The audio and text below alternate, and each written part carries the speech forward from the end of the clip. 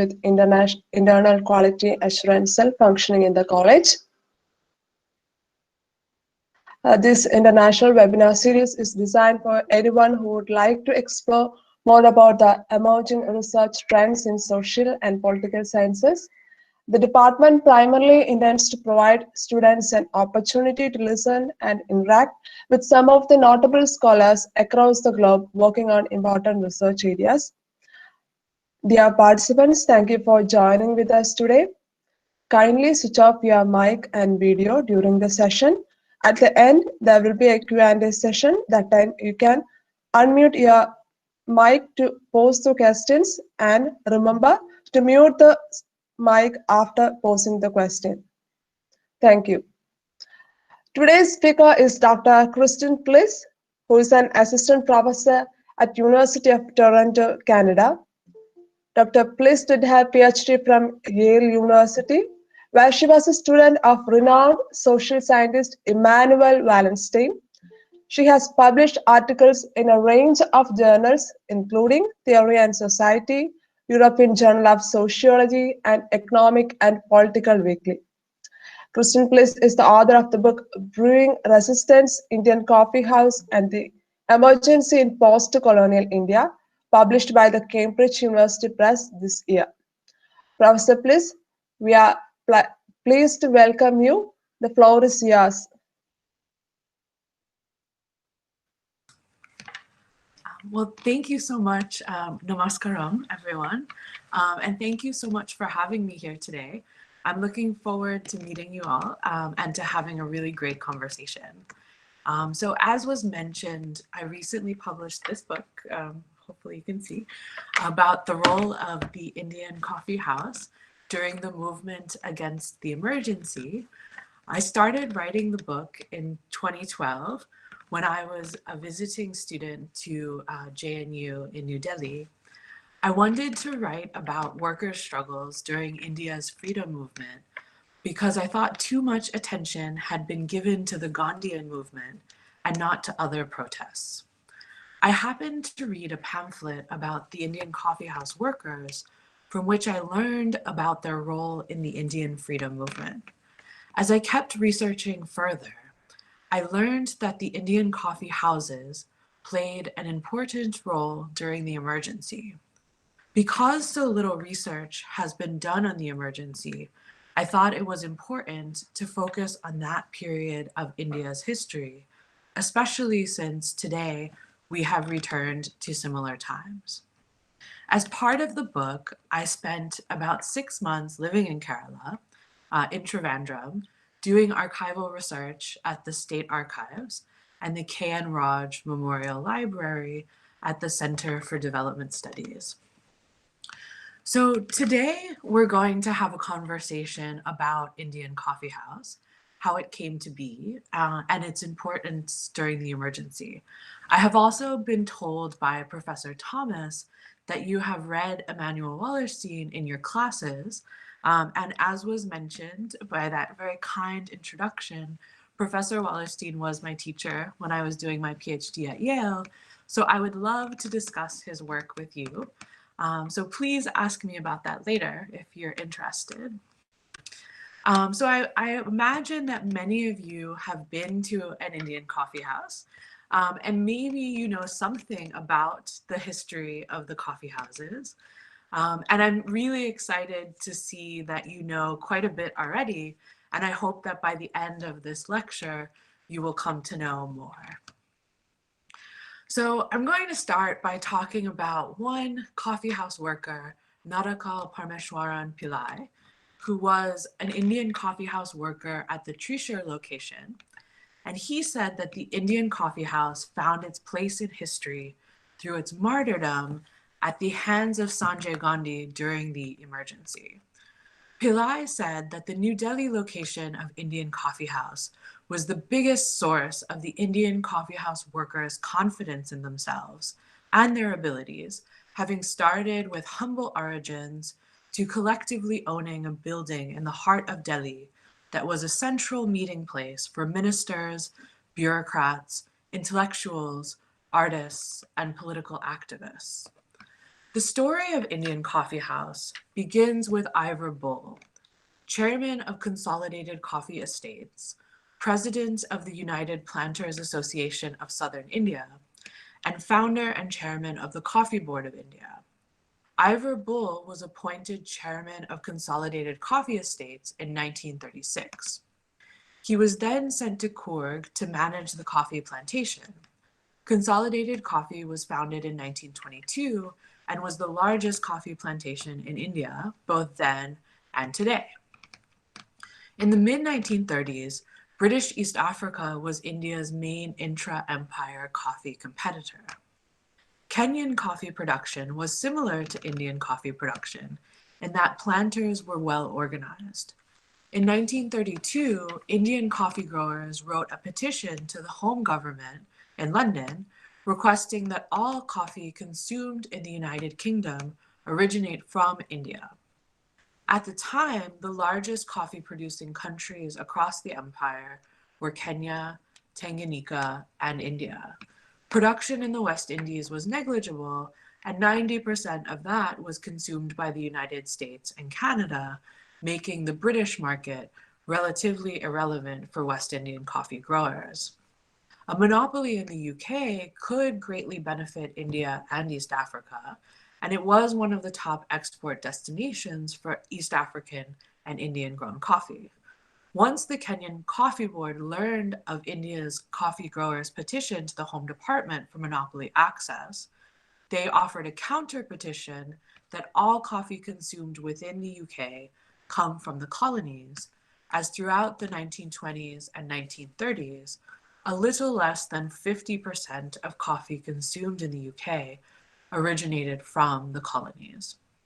While publicly, Indian officials supported the Kenyan Coffee Board's petition, but behind closed doors, they sent letters to the Home Minister asking that India's previous petition still be considered and that India be given exclusive monopoly rights to sell coffee in the UK, as India was the crown jewel among the British colonies, and Indian growers were worried about competition from the now seemingly more organized and better advertised East African coffee growers. In response to this perceived Kenyan attack on Indian coffee's consumer market, Sir Mohammed Zafrullah Khan of the Indian Department of Commerce founded the Indian Coffee Cess Act Committee in 1935. The goal of the committee was to reduce tariffs on Indian coffee and create a marketing scheme for Indian coffee across the British Empire and within India. M.J. Simon Avergal from Travancore, which what it was called at the time, was appointed secretary of the Indian Coffee Cess Act Committee's marketing wing. As part of his approach to domestic marketing, he created a chain of cafes called Coffeehouse in order to increase domestic consumption, advertise Indian coffee, and develop a taste for coffee among the Indian public. The first location of Coffeehouse was opened in Bombay in 1936. By 1939, Coffeehouse had 14 locations: Shimla, Lahore, New Delhi, Old Delhi, Calicut, Cochin, 4 locations in Bombay, 2 locations in Hyderabad, 2 locations in Secunderabad, and all were overseen by the Indian Coffee Cess Act Committee, and all were entirely staffed by laborers from Simon's home state of Travancore. Simon had made an agreement with the Maharaja of Travancore that all coffee and coffee husk served at all locations of Coffeehouse India-wide would originate from coffee estates in Travancore. In 1942, M.J. Simon was appointed secretary of the Coffee Board and set with the task of further expanding Coffeehouse across India. While the Lahore location of Coffeehouse was a great success from the start, the locations in Bombay and Hyderabad were less successful. In 1941, new coffee houses were opened in Trivandrum, Cochin, and Malabar, as these locations were, in Simon's view, more likely to succeed. By 1944, Coffeehouse was a success, and good progress was made from all centers. The coffee sold at Coffeehouse locations continued to be sourced from Travancore, which was deemed by one board member as a very good market for Robusta, despite some complaints lodged by coffee board members that there was some illicit coffee trading in Travancore that affected price and reliability of supply. Support for Coffeehouse by the Maharaja of Travancore continued, as the Maharaja saw to it that electricity was supplied to Alway, Kottayam, Aleppi, Quillian, Trivandrum, and Nagercoil locations of Coffeehouse, and these locations were also furnished with electric coffee grinders by the Maharaja to ensure high quality and freshly ground coffee. Now I want to jump ahead a bit to tell you about Indian Coffee House during the emergency times. So I assume that many of you know that the emergency happened in 1975 until 1977. And if there's interest in the Q&A, we can talk more about the events in the emergency. But to understand more what the Indian Coffee House was like during the emergency, I conducted 26 oral histories with people who were regulars at the Indian Coffee House in New Delhi during the emergency. So the atmosphere in the Indian Coffee House in New Delhi was described to me as exciting in the 1970s. People told me it was democracy in action, that the place itself had positive vibrations. It was glamorous and filled with the sounds of loud, heated, passionate discussions. It was an intellectual hub. The coffee house was a regular hangout for poets, filmmakers, musicians, artists, and creative people of all types. If there was a protest in Delhi, the protesters would end up at the coffee house afterwards. Narrators had many reasons for gathering there, for political meetings, to hear the latest news, to see their friends, to discuss politics, to talk about art, to interact with foreigners, and some even told me that they went to look at pretty girls. So many people used the coffee house as their address since they were there all day and every day. It was cheap, it was centrally located, it had some of the most unconventional crowd of any place in the world. And because it was a cooperative, nobody was told to get up and leave after finishing their coffee. Some would arrive at 9 a.m. and leave at 9 p.m. or later. The workers knew most of the regulars and would serve them even if they couldn't pay that day. During the emergency, the feel of everyday life in India changed. I was told by one journalist that during the emergency, most people didn't talk. They would just look at the ground when they walked. There was no smiling, there was no laughing. If you smiled during the emergency times, people would think you'd gone mad. The closure of other spaces of human interaction, like public parks, universities, pubs, public transportation, private homes, union offices, served to push people further into the space of the Indian Coffee House. George Fernandez's former secretary told me that the coffee house was changed by the violent dictatorship, and it was a full-on dictatorship, not an exceptional situation. During the emergency, there were more people in the coffee house. It was a contact point for people who went underground, and it was a place to defy the emergency. One poet told me that people came not just out of defiance, but also because the coffee house became the only source of news of government activities that were censored in the press. But it remained a place primarily for contentious politics. Said one Hindi literature professor, political workers rushed to the Indian coffee house to find out what to do after the emergency was declared.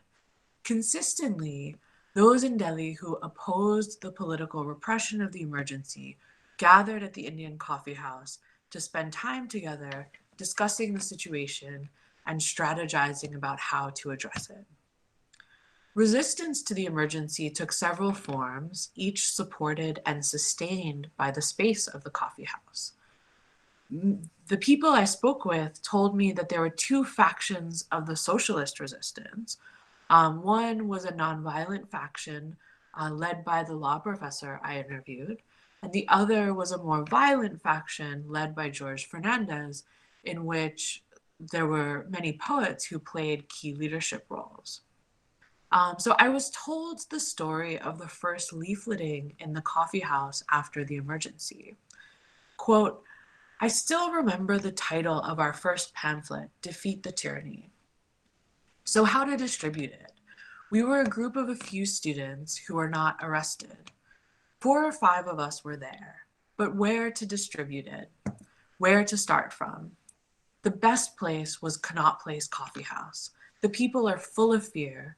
There's pin drop silence in the coffee house. Break that. So we were the adventurous types, and we thought, yes, that would be a good idea. So we go and shout slogans and throw these leaflets. It would be a revolutionary thing, we thought. That was the first incident. That happened on the 28th or 29th June, and right in the heart of the city and just under the nose of the power that was. So that was our first challenge to the police.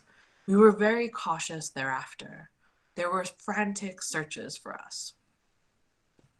One of the main accused in the Baroda dynamite conspiracy case, another poet, told me that he, along with other socialists, had planned to blow up the All India radio station and set off bombs on Safdarjung Road near the Prime Minister's residence.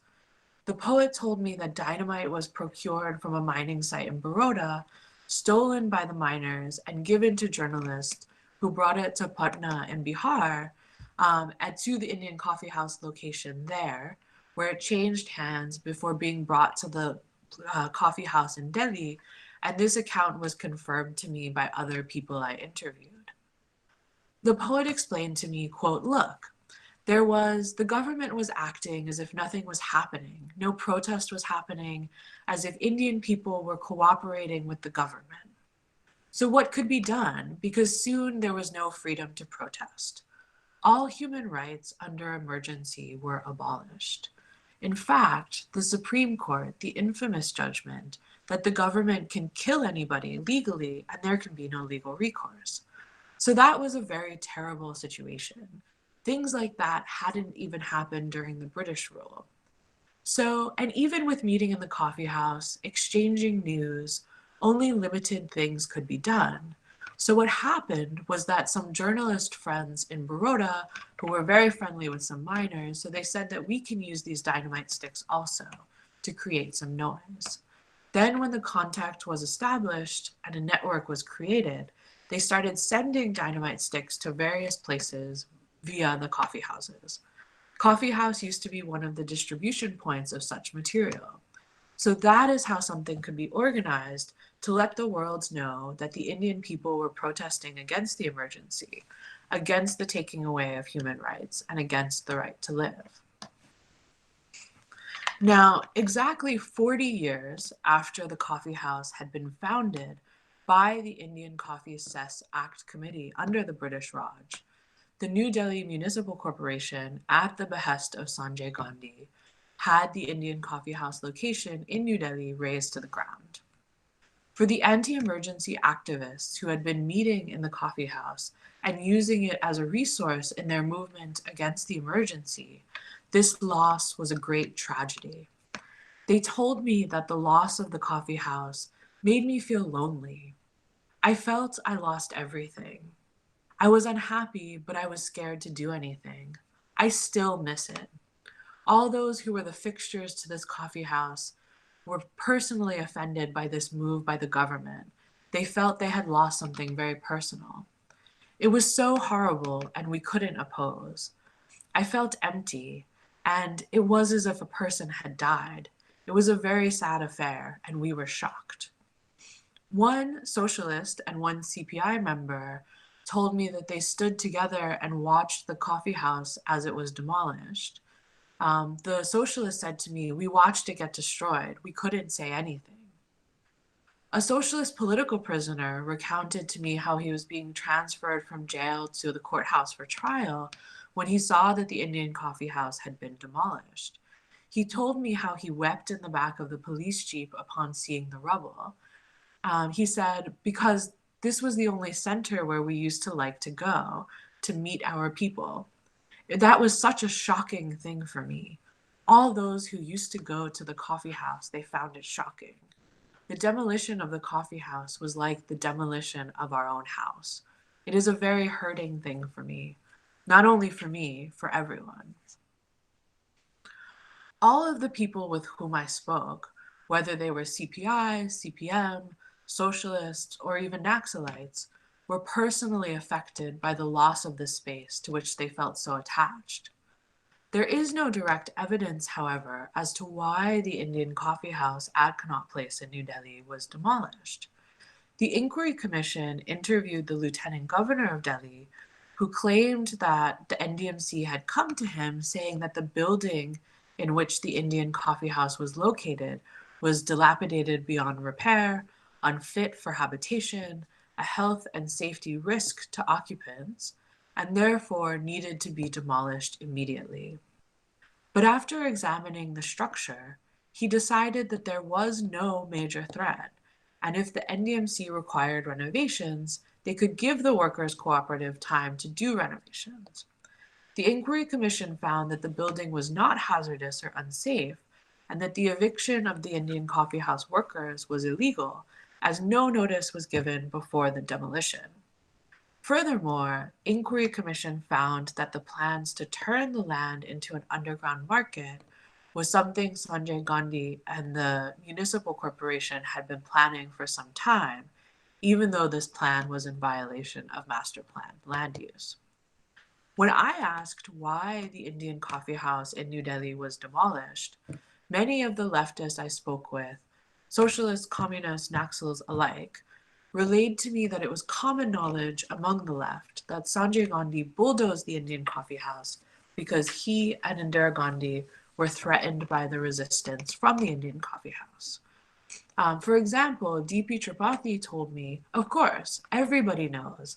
Sanjay Gandhi got really angry with all these people meeting in the coffee house, so he ordered it demolished. But any historical record that might confirm this supposition is either long destroyed or remains inaccessible to researchers because of censorship. While the story I was told many times over, that Indira Gandhi's administration was threatened by the political deliberation in the Indian coffee house, may well be the true reason behind the demolition of the Indian coffee house. Equally plausible is the explanation given by the censored newspapers, that Sanjay Gandhi wanted to repurpose the land on which the Indian coffee house was constructed for urban development projects. These two accounts are not mutually exclusive. Inquiry commissions concluded that Sanjay Gandhi targeted certain neighborhoods where clearing out poor and working class residents could personally enrich him. Several narrators confirmed to me that they too heard rumors that the Gandhi family profited from these demolitions, appropriating more valuable land and developing it into luxury apartments, office buildings, and upscale shopping malls. Ultimately, the Gandhis were able to both silence oppositional voices while also profiting from land appropriation and redevelopment. So why did Coffeehouse, a firm started by the British, become such a threat to the state during the emergency that Sanjay Gandhi had it bulldozed? The answer, I believe, can be found in how the Coffeehouse was transformed by its CPI undivided affiliated workers from a colonial firm to a workers' cooperative. So if you remember, in the 1940s, Coffeehouse was overseen and administered by representatives of the British Raj. But in 1946, Coffeehouse workers' unrest started with the publication of a pamphlet called Coffeehouse Laborers Are Also Human Beings. And it was written in Malayalam by 3 Coffeehouse workers and Communist Party members, M. Chottakuthi, K.N. Narayan, and T.P. Raghavan, and they all 3 were workers at the Indian Coffee House location in Calicut. So this pamphlet was circulated to all the coffee house workers across British India, and it was accessible to all since, if you remember, M.J. Simon, the official put in charge of the coffee houses, staffed all of the workers from his home state of Kerala. And so Malayalam was the mother tongue of most coffeehouse workers as a result of these policies, and education through grade 4 was a requirement for coffeehouse workers. So soon after the circulation of this pamphlet, locations of coffeehouse one by one were occupied and renamed from coffeehouse to Indian coffeehouse. Now, the renaming of this firm by its workers was a symbolic gesture that they were appropriating a British firm and its assets, reclaiming it for Indian workers. After India's independence, the Indian Coffeehouse Workers' Labor Union became a legally recognized trade union affiliated with the CPI Undivided. The union's first order of business was to resist the termination of Indian coffeehouse workers, as after independence, Prime Minister Jawaharlal Nehru and the Coffee Board tried to close the coffee houses that the workers had occupied in the heat of India's freedom struggle. In Calcutta, for example, Indian coffeehouse workers went on strike in 1948 in response to these forced closures. But still, the Coffee Board told the workers that the coffee houses would soon be closed and they would be left unemployed. Now, A.K. Gopalan, which maybe some of you are familiar with, was the Coffeehouse Workers Union vice president, and also the Lok Sabha MP at that time, affiliated with the CPI Undivided, and then later, as many of you I'm sure know, became affiliated with the CPM. So A.K. Gopalan created this group on the 25th May 1957 to stop the closure of all Indian coffeehouse locations and to reinstate them as an official state-owned firm as they were under the British Raj. The Coffee Board countered with a formalized scheme to sell off coffee houses to private owners on 18th June 1957. Now, on 27th June of that same year, Indian coffeehouse workers started a hunger strike because, in the words of one worker, quote, "All the freedom the union achieved in 12 years was ending. We were at a stage worse than the old stage of being the slaves of the British Coffee Board of India. We were going to become coolie slaves of some hotel capitalists," unquote. The coffeehouse workers wore black badges and held public demonstrations in every city in which there was an Indian coffeehouse location. The Coffee Board proceeded with continued dismissals of the workers and closing of Indian coffeehouse locations. At that point, with the workers' morale low and sinking, A.K. Gopalan intervened and told the workers in a rallying public speech, quote, "You are the workers, those who have to rule the world. This is very simple for you. Dear comrades, you can take hold of the coffee house, rule it, and run it without the capitalists," unquote. The union took a vote and decided that on the 10th year anniversary of Indian independence, 15th August 1957, Indian coffeehouse workers would appropriate the coffee houses and run them as a cooperative under the slogan, "The coffee houses we work in belong to us." In Indian coffee houses across the country, workers staged a sit-in strike on 15th August 1957, and by 30th August, just as the workers were preparing to begin a hunger strike, the union and the Coffee Board agreed that the coffee houses would be official cooperatives registered under the Indian Cooperative Societies Act. While the Indian Coffeehouse Workers Union and its allies continued to feel defeat regarding A.K. Gopalan's compromise to form a cooperative instead of becoming a state-owned coffeehouse as the workers wanted, the Indian Coffeehouse is nonetheless a living testament to the anti-colonial and anti-capitalist communist workers' movement of the 1940s and the resistance against authoritarianism in India in the 1970s during the emergency. As such, it's a symbol for the enduring hope in the freedom of the Indian people. This enduring hope is reflected in coffeehouse worker Nadakal Parmeshwaran Pillai's plea to the public to think of the Indian coffeehouse as primarily a site of communist workers' struggle. He said, quote, "When you see Indian coffeehouse, do remember this story. Remember the thousands of laborers characterized in it. Remember the hardships they experienced. Remember the toils and sacrifices of their families. Remember those who supported the laborers, and do not forget those who exploited them. Dear new generation employees in coffee houses, this history is meant for you. This will guide you. Dear young communists in Kerala, this history is for you. This will make you stronger. Dear laborers, this is for you. This will remind you that history never ends and poor laborers cannot be easily defeated. So that's the end of the quote. And that's also the end of my presentation. So I'd like to again thank Professor Thomas and the Political Science Department for inviting me here today.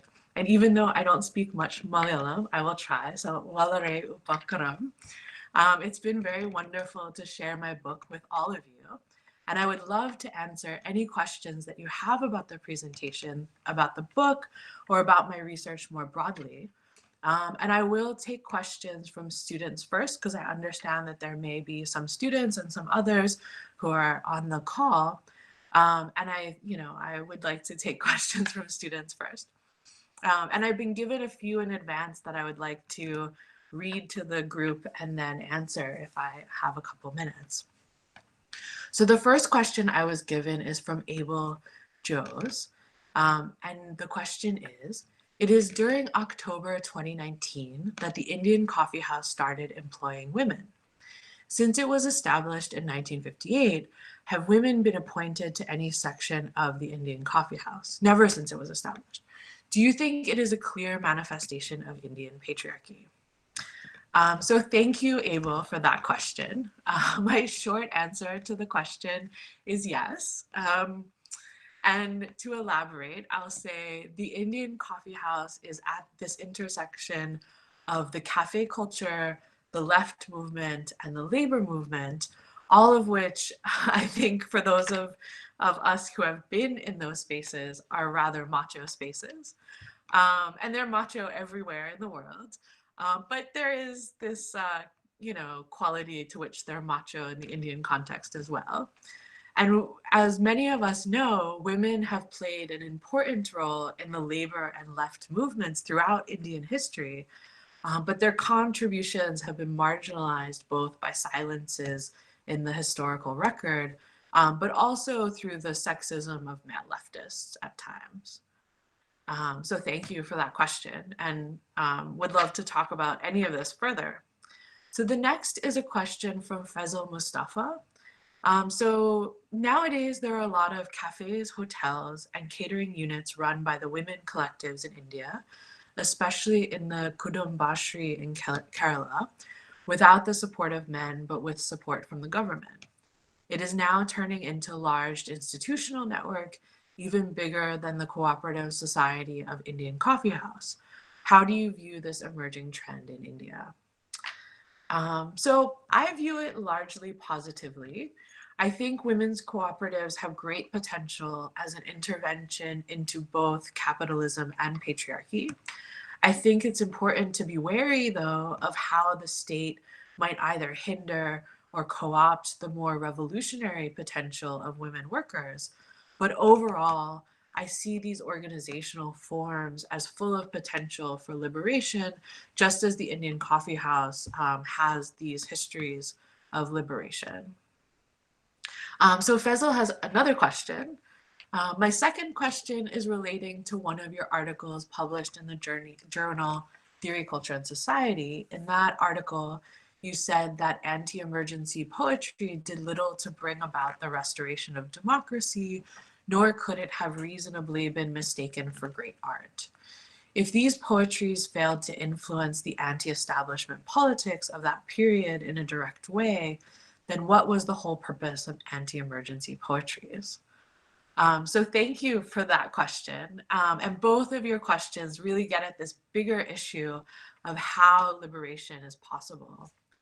My point in this article is that while on the surface, it would be silly to argue that just one poem, no matter how revolutionary it may be, can single-handedly end authoritarian rule. There are several things that poetry can do in the context of a revolutionary movement. The young leftist male students who wrote poetry during the emergency did so to record the human emotion of state repression. In doing this, these poets show the suffering of the emergency, but also in that same instance, assert the humanity that repression attempts to destroy. So these feelings spread the spirit of rebellion and cultivate a feeling of togetherness among those who are resisting the state. And so in creating this feeling of togetherness, these poems are an important part of building solidarity within the movement.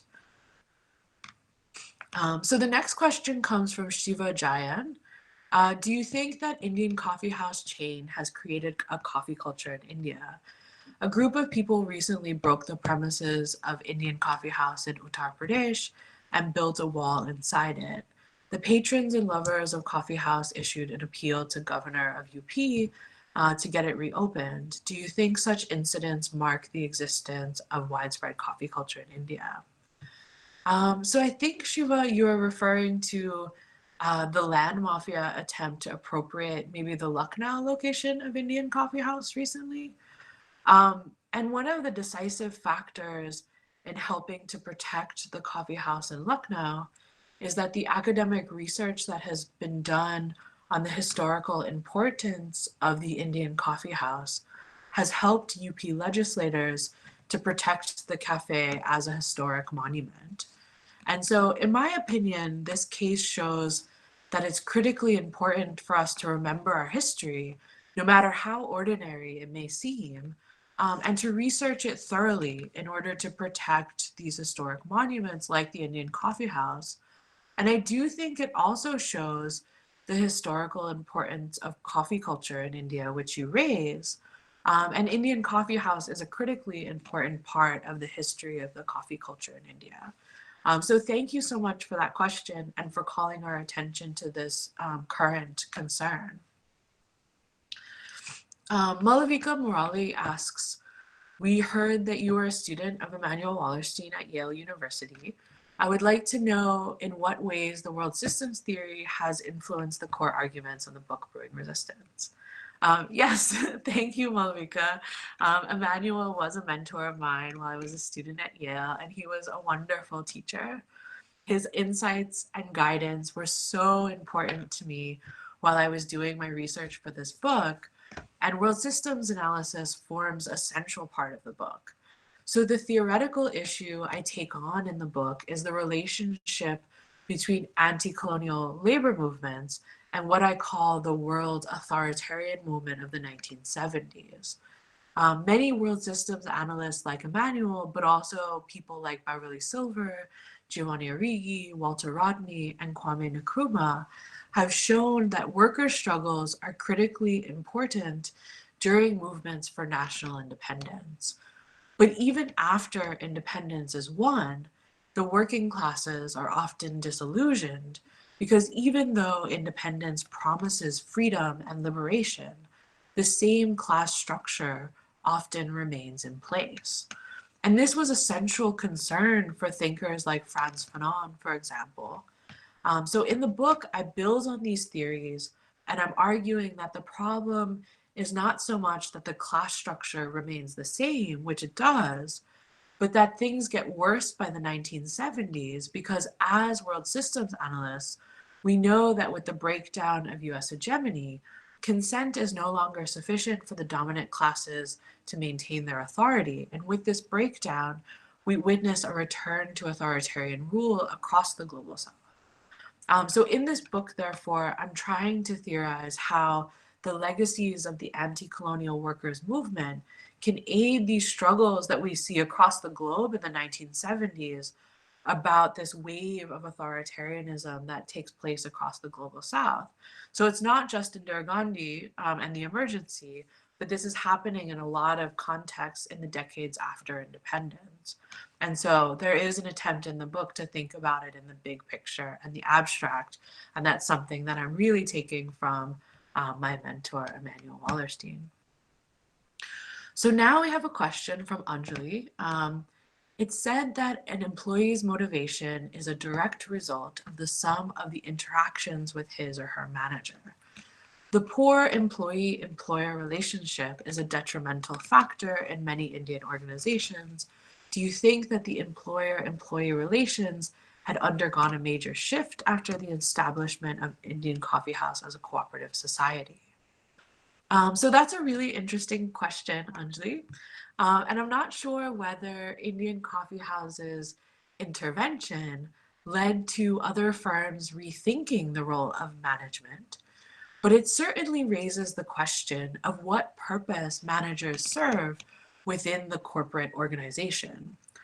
Workers are perfectly capable of doing a certain task without being managed. What managers do is extract as much profit from workers as possible through surveillance and management techniques and other kinds of strategies. So management salaries are also a significant portion of a firm's revenue. And so if you cut out that role, there's a cost-saving mechanism, but it also means more freedom, autonomy, and creativity for workers in the context of a firm. The workplace is certainly not a democracy, but through experiments like Indian Coffeehouse, we can begin to envision ways of making our working lives perhaps more democratic. So those are the questions I was given, and I wanted to take some time just to thank again the students of St. John's College and the Political Science Department for all of these really smart and thoughtful questions. And I just want to say that I am so impressed by how deeply you engaged with the readings that you did and also with the lecture today. And so now, if I understand the directives correctly, I think we can open it to the audience and maybe take a few more questions.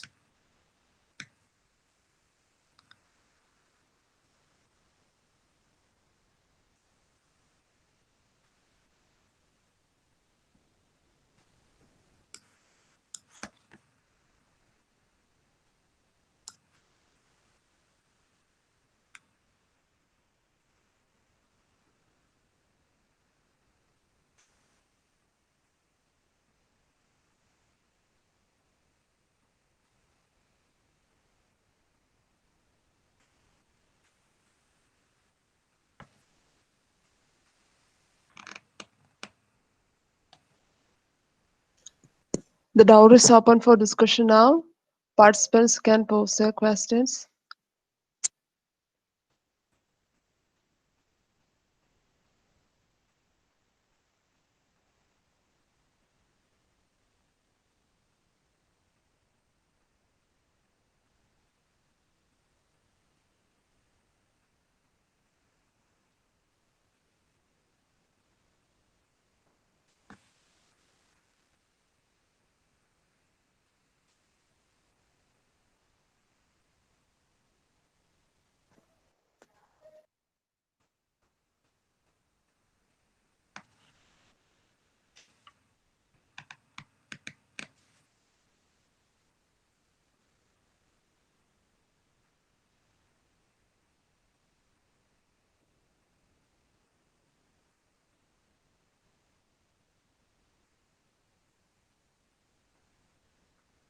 Oh, so there's a question from Nitu Shaji on the chat. So I'll read it so everyone can hear. Delhi iconic Indian coffee house battles massive slump in business, unable to pay salaries for months. What is your opinion about this? So thank you for that question. Unfortunately, yes, I also saw this news about the coffee house in New Delhi that might be in financial trouble. I would be very sad to see it closed because it's a very important part of not just Delhi history, but Indian history, and even world history because of its role not only during the freedom struggle, but also during the emergency. And I do hope that the government of Delhi and the central government would step in to help. And hopefully also the workers' union, which is still affiliated with the CPM. So I really hope that this gets more publicity and people organize to prevent the coffee house from going out of business, because I think that that would be a great loss. both to the city of Delhi, but also to the nation at large. So thank you for that question, Neetu.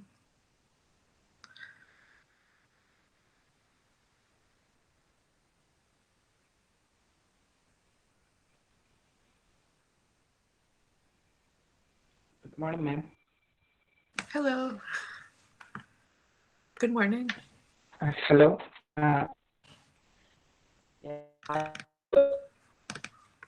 Ask you about my experience and fieldwork in Kerala.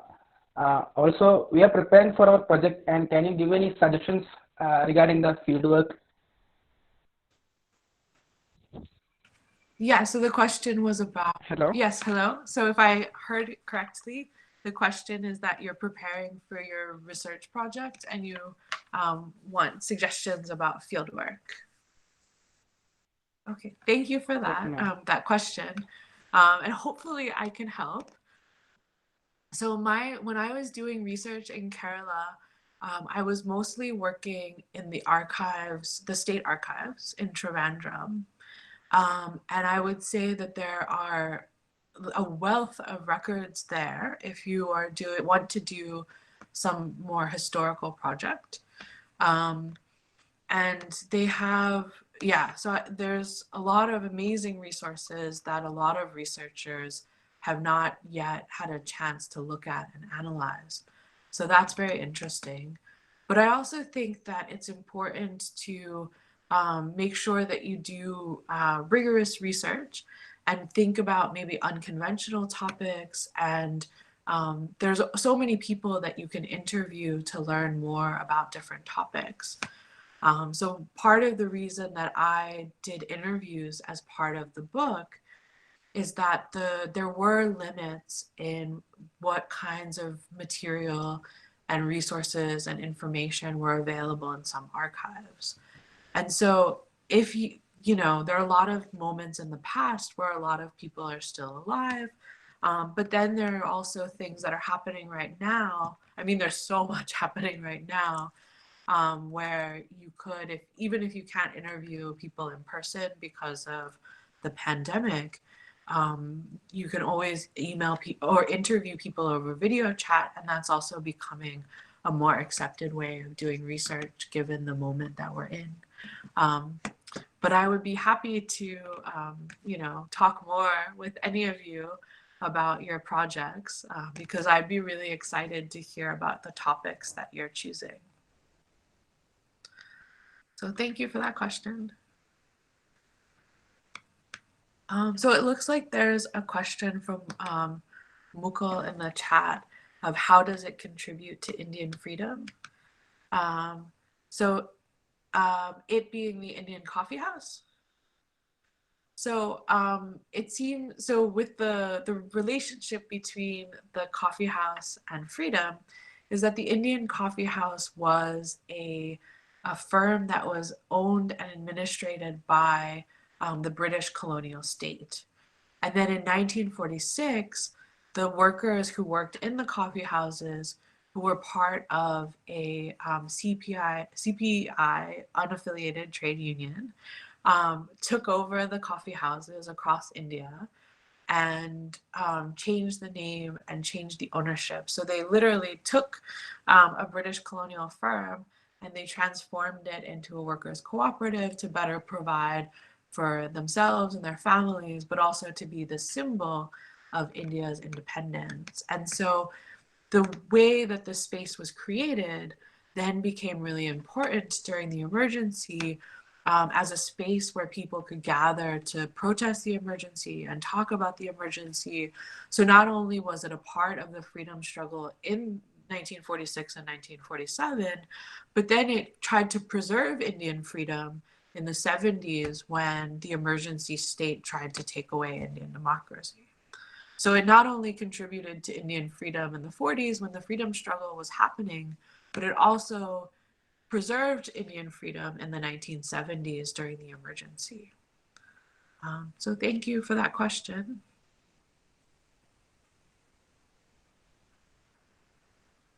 I'd be happy to take more questions if you have them.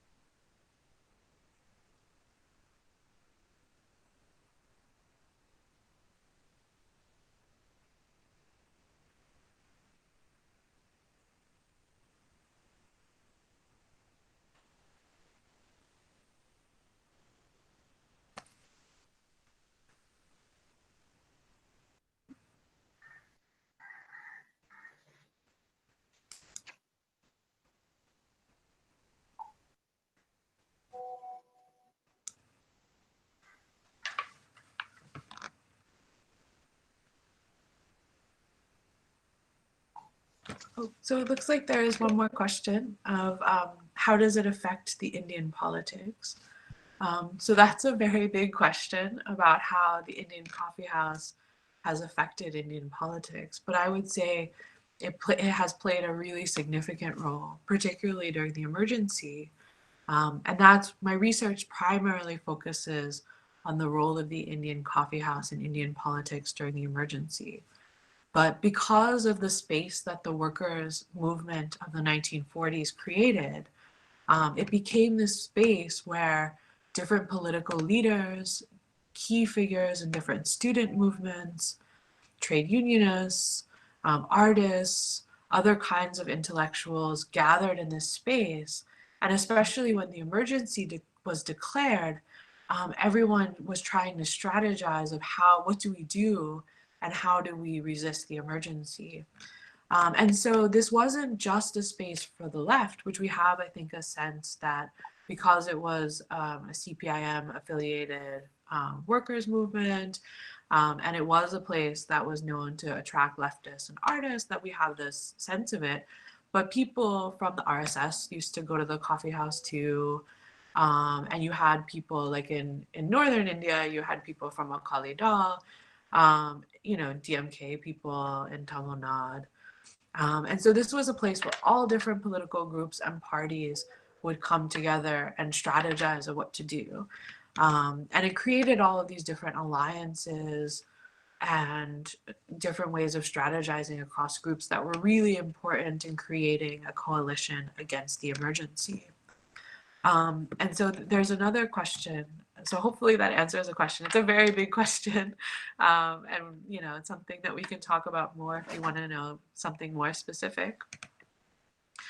The other question is, can Indian Coffee House regain its glory after it's reopened during the post-colonial emergency period? And I think that's also a really good question related to this issue of Indian coffee house and politics. So after the emergency, the big coffee house in New Delhi was bulldozed, but they opened a new coffee house, and it's this new coffee house that was opened after the emergency that's the one that's having problems right now because of the pandemic.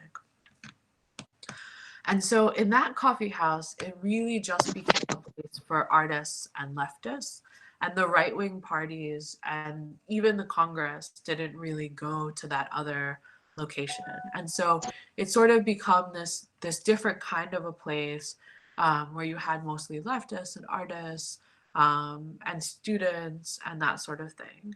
And so I don't know, I think that it's an open question whether Indian Coffee House can regain its glory. It depends on whether people want to do that. If people start going there again, I definitely think it will. And it seems, at least the last time that I was in India, which was now 2 years ago, it was in 2018. I was supposed to be there this summer, but couldn't because of the pandemic. But there's a lot of young people, I think, now are gravitating to the Indian Coffee House. And I think that if young people go, then people will come, and I think it has potential to regain its glory. But right now, I think when we're all isolated together, it's difficult to imagine that. But I hope that one day we can all go back to the cafe and hang out with our friends and have great conversations and enjoy life after this pandemic passes us by. Oh, another question. So still Indian Coffee House follows a Dipik uniform style among the staff. What is the history behind this uniform style? So this is actually the same uniform that they wore during the British times. And so the history is that when the coffee houses were occupied, they had a lot of financial troubles in the 1940s and in the 1950s. And so they were just wearing the same uniforms that they had during the British days. And if you look at the picture, I think I have it in the book, of the opening of the very, very first coffee house in 1936 in Bombay, they're actually wearing the exact same uniform. So I'm going to hold it up to the camera. I don't know if you'll be able to see, but this is from the grand opening of the Indian Coffee House in 1936. And you can see that they're wearing the exact same uniforms that they wear today in the coffee houses. So the history is that was the original that the British chose. And then everybody stuck with it because it was cost effective to just keep wearing the same uniforms. But thanks for that question. It's an interesting one.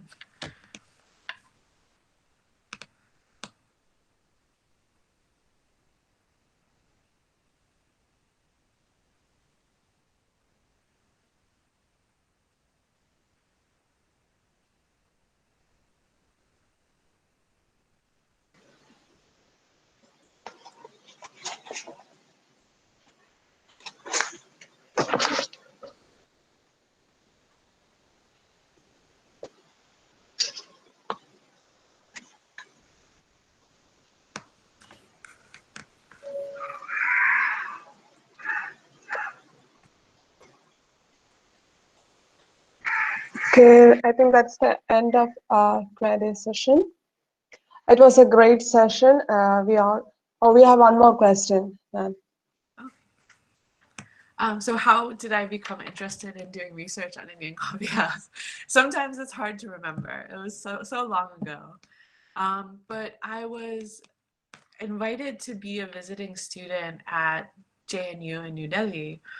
And I didn't know much about the workers' movement then. And so I started reading a lot about the workers' movement during the Indian freedom struggle. And I saw this pamphlet about Indian Coffeehouse. And I thought that the cooperative was really interesting. And the fact that they took over a British firm and they changed it into this symbol of Indian freedom was so interesting to me.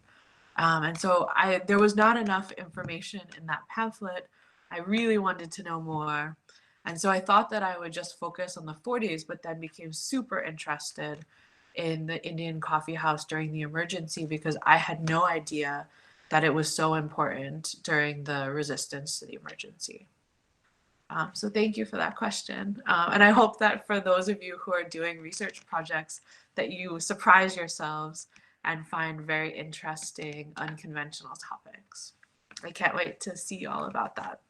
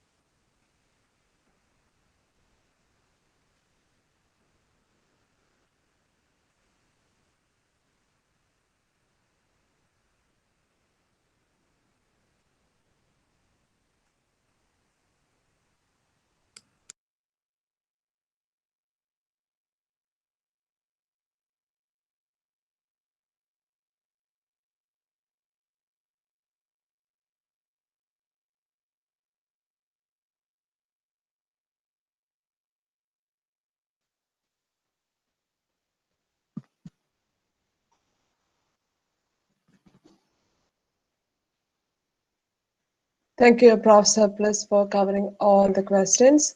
It was a great session. We really enjoyed it.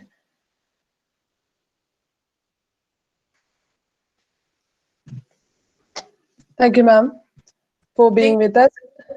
It was it's okay. It was great. And thank you for accepting our invitation. We are grateful for the time and effort you took to share your thoughts and experiences. And it was nice to hear you speaking Malayalam.